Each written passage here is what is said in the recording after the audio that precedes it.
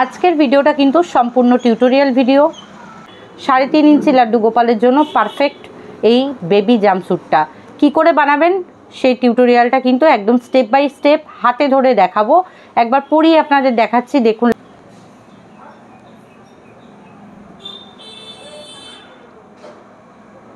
4 ply উল লাগবে আর 11 number ক্রোশিয়া hook লাগবে। তো ভেরি সিম্পল ওয়েতে স্টার্ট করব।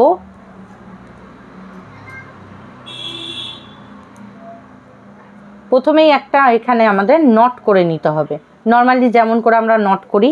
এবার নট করে এখানে 14টা চেন নেব। 1 2 3 এইভাবে আমি 14টা চেন নেব। এবার 14টা চেন নেওয়া হয়ে গেছে। লাস্ট ঘরটায়, এই লাস্ট ঘরটায় আমি এখানে হাত রাখবো, রেখে এখানে 1 2 and 3 তিনটে চেন নিলাম। নিয়ে যেখানে লাস্ট ঘরটায় আমি হাত রেখেছিলাম এখানে একটা ডাবল ক্রোশিয়া করে ফেলবো।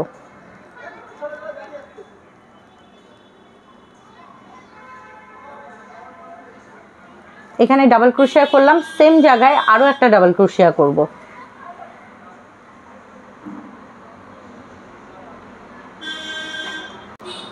প্রত্যেকটা ঘরে আমরা দুটো দুটো করে ডাবল ক্রোশিয়া করব, খালি লাস্টের ঘরটায় একটা ডাবল ক্রোশিয়া করব। এখানে একটা ডাবল ক্রোশিয়া হয়ে গেল, আর এই প্রথমের এই তিনটে চেন একটা ডাবল ক্রোশিয়া। তো প্রত্যেকটা ঘরে আমি দুটো দুটো করে ডাবল ক্রোশিয়া বুনবো। নেক্সট ঘরে গেলাম, গিয়ে এই যে 1, আবার সেম প্লেসেই আরও একটা বুনে নেব। এই হয়ে গেল 2।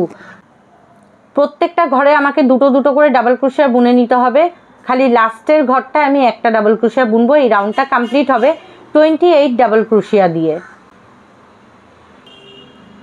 দেখুন এই রাউন্ড কিন্তু পুরো কমপ্লিট হয়ে গেল 28 ডাবল ক্রোশিয়া দিয়ে। আমরা কি করেছিলাম, 14টা চেন নিয়েছিলাম প্রথমে, তারপর তিনটে চেন নিয়ে একটা ডাবল ক্রোশিয়া কাউন্ট হয় ওটা। তিনটে চেন নিয়ে আমি 14 নাম্বার ঘরে গিয়ে ওটাকে জয়েন করলাম, তাহলে আমার হয়ে গেল 15টা।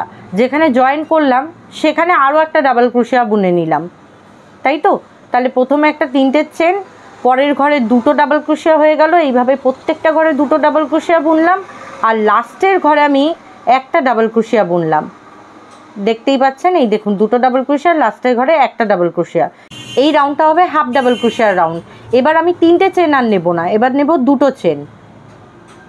1 and 2 দুটো চেন হয়ে গেল। এটাকে টার্ন করলাম, করে নেক্সট ঘরে যাব। এই ঘর দিয়ে তো একটা উঠেই গেল, এটা আমাদের একটা হাফ ডাবল ক্রোশিয়া কাউন্ট হবে।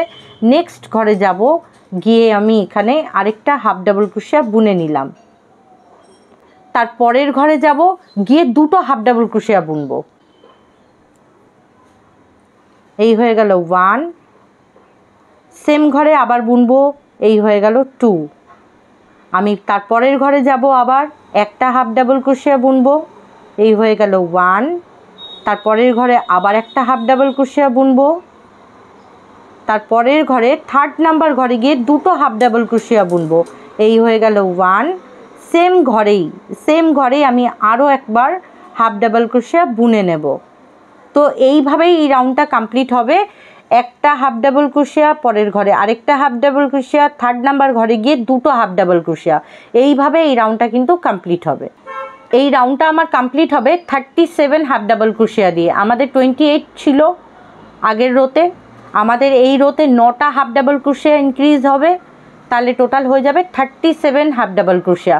এটা কমপ্লিট করে আমি নেক্সট রাউন্ড দেখাচ্ছি। 37 হাফ ডাবল ক্রোশিয়া আমার বোনা হয়ে গেল। এবার আমি নেক্সট রাউন্ড করব। নেক্সট রাউন্ডেই কিন্তু কমপ্লিট হয়ে যাবে, আর একটা রাউন্ড করলেই 1 2 3 তিনটে চেন করলাম, কারণ এটা ডাবল ক্রোশিয়ার রাউন্ড হবে। এখানে একটা আমার বোনা হয়ে গেল, এটা একটা ডাবল ক্রোশিয়াই কাউন্ট হয়। দেখুন এটা দিয়ে আমি অলরেডি বুনে নিয়েছি, তাই আমি নেক্সটটা দিয়ে বুনবো। এটা দিয়ে তো একটা ঘর উঠেই গেল। নেক্সটে যাব, নেক্সট ঘরে গিয়ে আমি এই যে আরেকটা তুলে নিলাম, দুটো। নেক্সট ঘরে তিনটে ডাবল ক্রোশিয়া হচ্ছে কিন্তু, হ্যাঁ। তারপরের ঘরে এই হয়ে গেল 4টে, এরপরের ঘরে 5, এরপরের ঘরে এই হয়ে গেল 6টা। এটা হলো ব্যাক সাইডের একটা পার্ট। ঠিক আছে।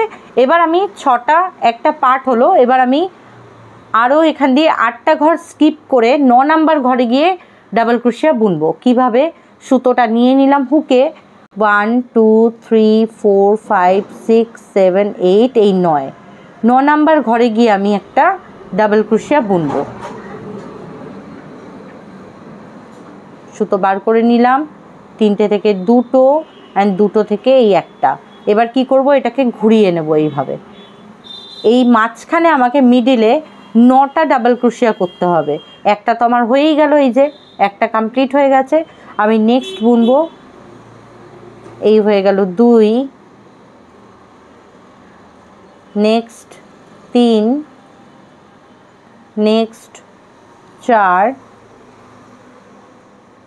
Next 5, next 6, next 7, next 8 and next এই হয়ে গেল লাস্ট 9টা হয়ে গেল। এখানে আমি আবার 8টা ঘর স্কিপ করে 9 নাম্বার ঘরে গিয়ে ডাবল ক্রোশিয়া বুনবো। এটা হয়ে গেল মিডিলের পোর্শনটা, বুকের পোর্শনটা। 1 2 3 4 5 6 7 8 9 এই 9 নাম্বার ঘরে গিয়ে, এই যে 9 নাম্বার ঘরে গিয়ে আমি একটা ডাবল ক্রোশিয়া বুনে নেব।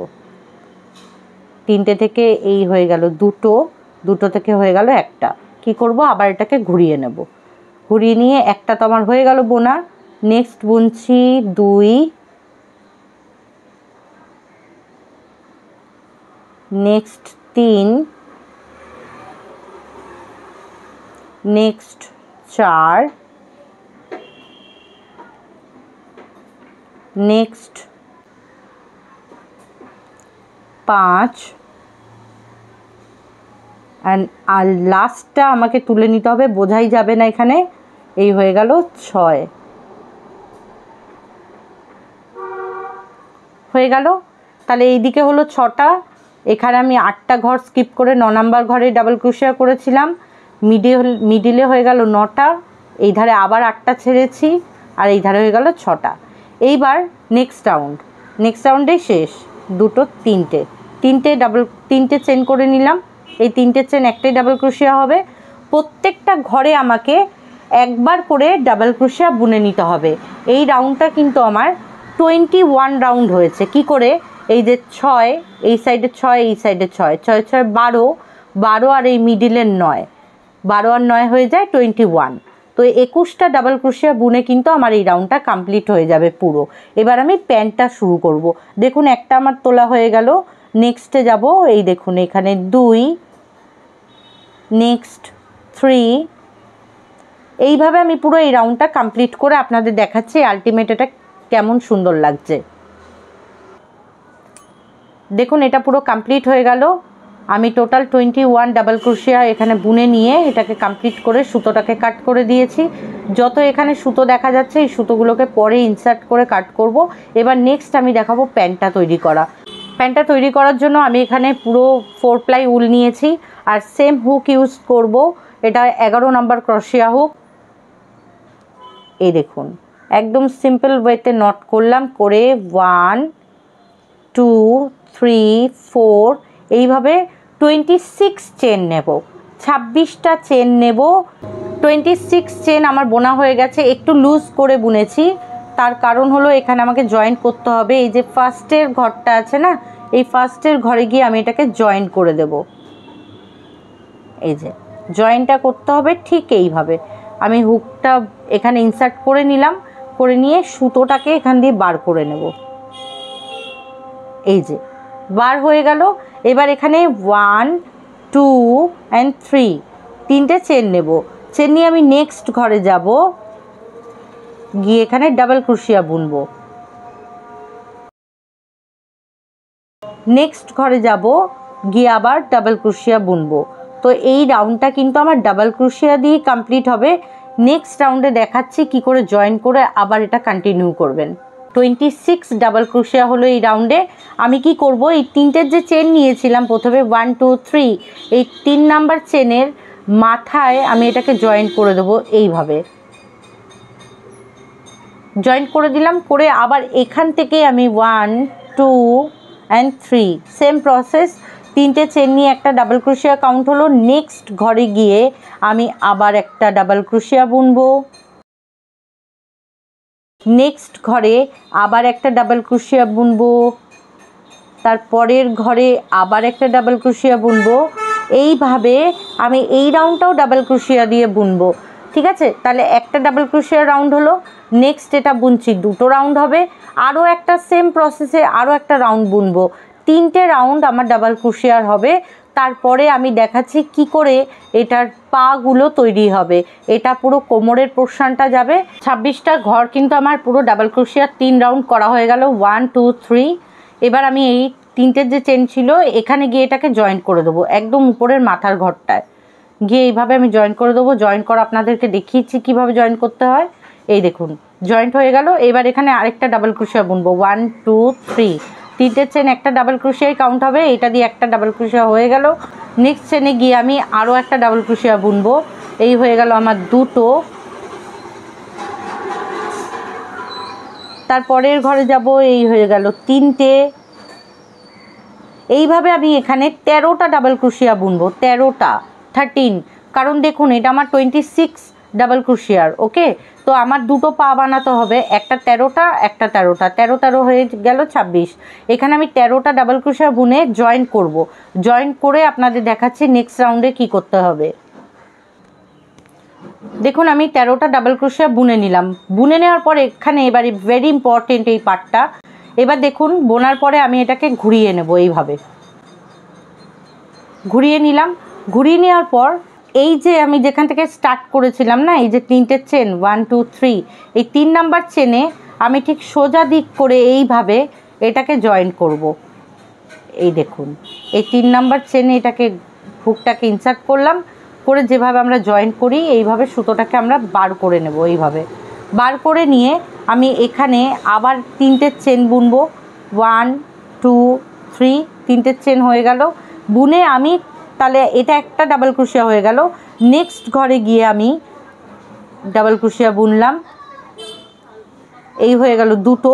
এইভাবে আমার 13টা ডাবল ক্রোশিয়া হবে, হয়ে আমি এখানে জয়েন করে দেবো। করলেই আমার এই পাটা এই রাউন্ডটা কমপ্লিট। এটা টোটাল 5টা রাউন্ডে কমপ্লিট হয়ে যাবে। এই কোমরের হয়ে গেল 3টে রাউন্ড, আর পায়ের এখানে হবে 2টো রাউন্ড, কারণ আমাদের আইডলটা তো 3 ইঞ্চির আইডল, বেশি বড় করলে পা ঢেকে যাবে আর জুতো সক্স কিছুই পরানো যাবে না। তো সেক্ষেত্রে আমরা এখানে এই রাউন্ডটা করেই কমপ্লিট করে দেবো। করে আমি নেক্সট এটা দেখাবো এখান থেকে কি করে ঘরটা তুলতে হবে। এই রাউন্ড আমার পুরো কমপ্লিট হয়ে গেল, দেখতেই পাচ্ছেন এটা পুরো কমপ্লিট করে এবার আমি জয়েন্ট করে দিয়েছি। সুতোটাকে এখানে কাট করব।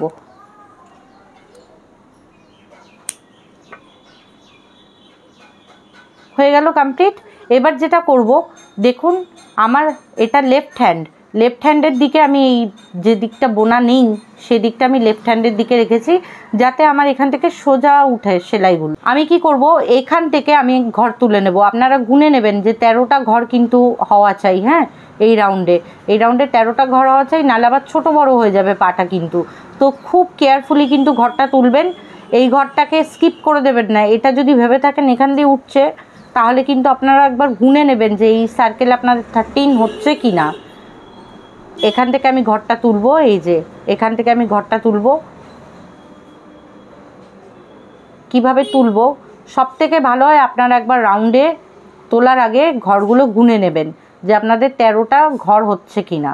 আমি কোনো গিট করলাম না, কিচ্ছু করলাম না, সুতোটা এইভাবে নিলাম, নিয়ে এখানে 1 2 and 3 3টে চেন করলাম। এই 3টে চেন একটা ডাবল ক্রোশিয়াতেই কাউন্ট হবে। এবারে ঘর তোলার আগে বলে দিই এই ছোট সুতোটা আমি হুকের মধ্যে দিয়ে করেই তুলবো কিন্তু। হ্যাঁ, এই দেখুন এই ঘরটা তোলা হয়ে গেল। নেক্সট ঘরে যাচ্ছি, এই হুকের মধ্যে নিয়ে নিয়েছি ছোট সুতোটাকে, দিয়ে আমি এখান থেকে বের করব।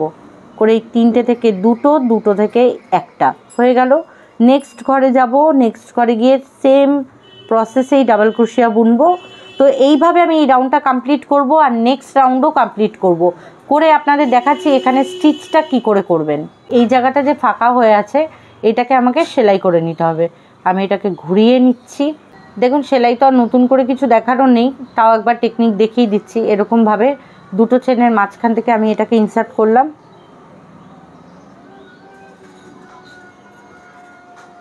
করে আবার আমি এখান থেকেই আবার একটা তুলে নেব, তাহলে অটোমেটিকলি এখানে গিঁটটা পড়ে যাবে।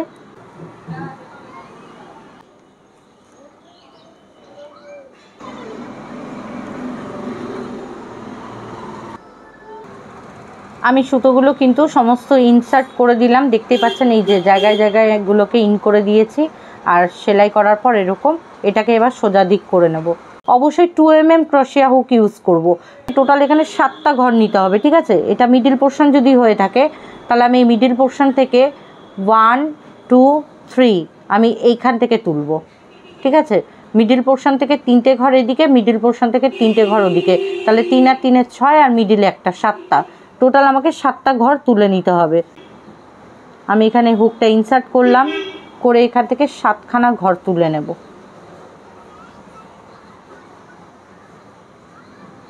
1 এই 2 এই 7টা ঘর যেটা হবে সেটা ডাবল ক্রোশিয়া হবে না, সেটা হাফ ডাবল ক্রোশিয়া রাউন্ড বানাবো।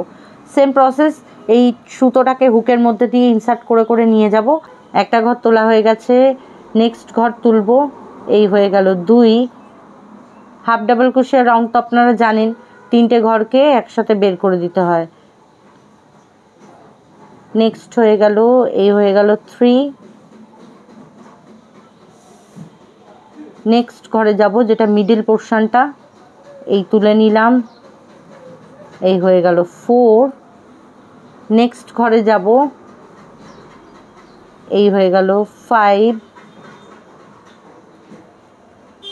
নেক্সট ঘরে যাব, এই হয়ে গেল 6। আর নেক্সট ঘরে যাব, এই হয়ে গেল 7। এটা আমার টোটাল 7টা হাফ ডাবল ক্রোশিয়া রাউন্ড হবে। কটা রাউন্ড হবে এখানে? একটা তো বুনে ফেললাম, আমি আরও এখানে 4টে রাউন্ড বুনবো। টোটাল আমার 5টা হাফ ডাবল ক্রোশিয়া রাউন্ড হবে। 5টা রাউন্ড আমার পুরো কমপ্লিট হয়ে গেল। 1 2 3 4 অ্যান্ড 5।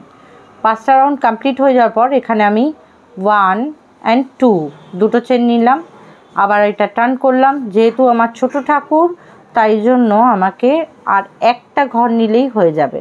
এই যে 2 হাফ ডাবল ক্রোশিয়া রাউন্ড হবে। 1 2 আবার এটাকে টার্ন করব, করে একটা ঘর আমি এখান থেকে তুলে নেব। দেখে মনে হবে এমন যে ঘর তোলা যাচ্ছে না, কিন্তু এর মধ্যে দিয়েই তুলতে হবে। দেখুন এই হ্যান্ডেলগুলো না কত ইঞ্চি আপনারা বুনবেন একটা মেজারমেন্ট আপনাদের বলে দিচ্ছি। তো আপনারা 3 ইঞ্চি করে বুনে নেবেন, তাহলে একদম পারফেক্টলি আপনাদের ফিট হবে ঠাকুরে। সুতোটাকে কাট করে ঠিক ওই ব্যাক সাইডে ওইভাবে ইনসার্ট করে দেবো।